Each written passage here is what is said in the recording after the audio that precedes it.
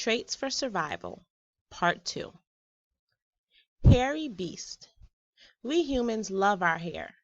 We wash it, brush it, cut it, and style it. We wear it every way we can think of. But animals don't think about how their hair looks. They need their hair for survival. Hair, or fur, gives animals protection and warmth. The musk ox is a great example. Its hair is thick and shaggy. It grows long to completely cover the musk ox's body. That helps the musk ox stay warm in the freezing tundra where it lives. Caribou also have amazing fur. They have 2 layers of hair covering their skin. The fur closest to the skin is frizzy and crinkly, and the hair on top is thick and hollow. The hollow hair acts like insulation to keep in the caribou's body heat. Unlike human hair, whiskers can be used by cats to feel things. Hollow hairs. Polar bears have thick fur to keep them warm in their cold Arctic environment. Each hair is hollow, which provides extra insulation. This hair acts as a wetsuit for polar bears. Super skin. A polar bear has a thick layer of blubber to stay warm. The skin beneath its fur is black because the dark color holds in heat best. It also has 2 layers of fur for extra warmth. Hold on. Most of us can't last too long unless there's a store nearby, and we need our kitchen sink for a glass of water. But some animals have adapted to live in places with little food and water. The Bactrian camel's body is about as perfect as it can get when it comes to survival. It lives with deep freezes in the winter and blazing heat in summer. Its 2 humps are loaded with fat. The fat can be used for energy or water. In fact, the camel can live a full week without drinking and months without eating. What a face! Camels have thick eyebrows to block the hot sun, long eyelashes to protect their eyes from sandstorms, and nostrils that can open and close like eyelids to block out blowing sand. Bactrian camels save water by not sweating until temperatures reach about 41 degrees Celsius or 105 degrees Fahrenheit. Gentlemen, we can rebuild him. Some animals can regenerate or grow new limbs. Some lizards can do this, and sea stars can too. Talk about an amazing adaptation. I can fly. Humans have found a way to fly with machines, but many animals have adapted for flight naturally. Planes? Who needs them? Why is flight a great trait for survival? It helps animals get away from predators fast.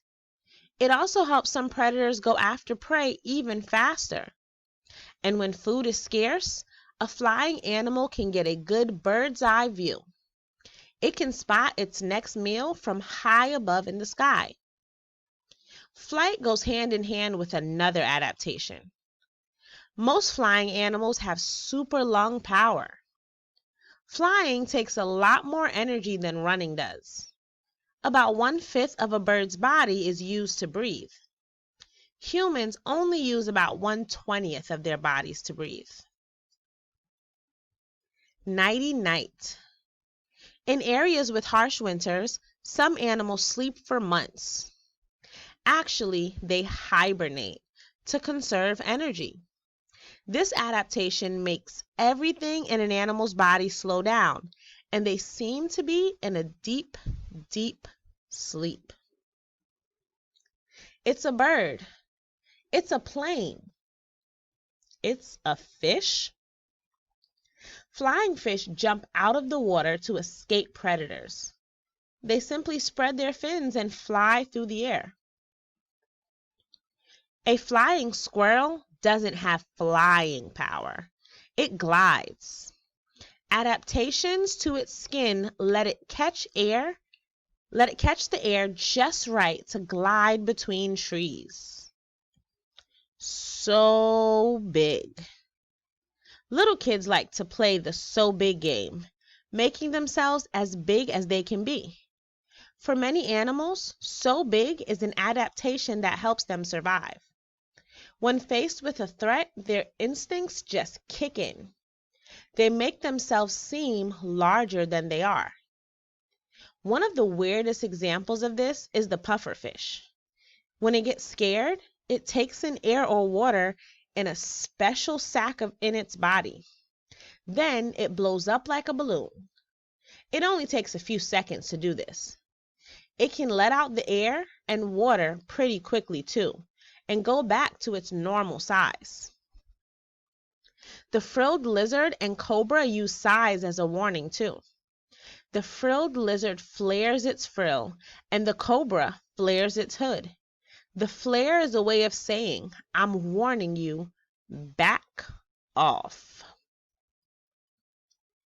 How to scare a bear. If you are out in the woods and see a bear, keep your distance. But if you can't avoid the bear, use what you know about adaptations to help you. 1.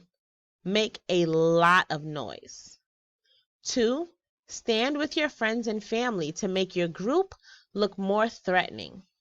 And 3. Spread your arms over your head to appear as large as possible. Definitely not Bambi. Deer are cute and sweet, right? Not the tufted deer. It has an unusual adaptation.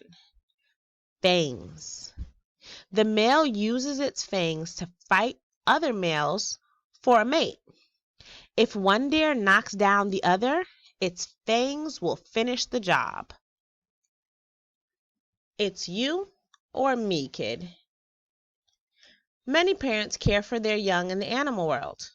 They keep their young safe so they can grow up and have more young. That is how the species lives on. But that's not true for everyone. Some animals survive by having other animals raise their young. It's strange, but true. Many types of cuckoo birds lay their eggs in other birds' nests. The other birds hatch and raise the cuckoo babies. The cuckoo babies are often bigger and tougher than the other birds in the nest. They may even kill the other babies. This works out great for the cuckoo. The cuckoo's babies are raised without any trouble to the cuckoo, and the baby gets rid of other birds that would compete for its food and space. Licked. The okapi uses its foot-long tongue to grab leaves from plants, but it can also clean its own eyeballs and ears with its long, muscular tongue. Ew. When a bird uses another bird to raise its young, it's called a brood parasite. Zombie worm. The aptly named zombie worm has no mouth. It oozes acid from its body onto its food. The food becomes liquid, and the worm sucks it in through its skin. It can eat meat and even bones this way. Survivor. Why all this fuss about traits for survival? What's the big deal about adaptation? Survival is key in the animal world. Traits that give a species the best chance to survive are the traits that last. Traits that don't are the ones that die out. They die out, or the species does. The small elephant hawk moth outsmarts its predators by looking like a leaf on a tree. To live and thrive, a species needs strong survival traits. And over time, those traits change. No one can predict exactly what the future will be like. So, the most successful species might be the most flexible. And flexibility is one trait that humans have. It says adaptations happen very slowly over time. They may even take thousands of years.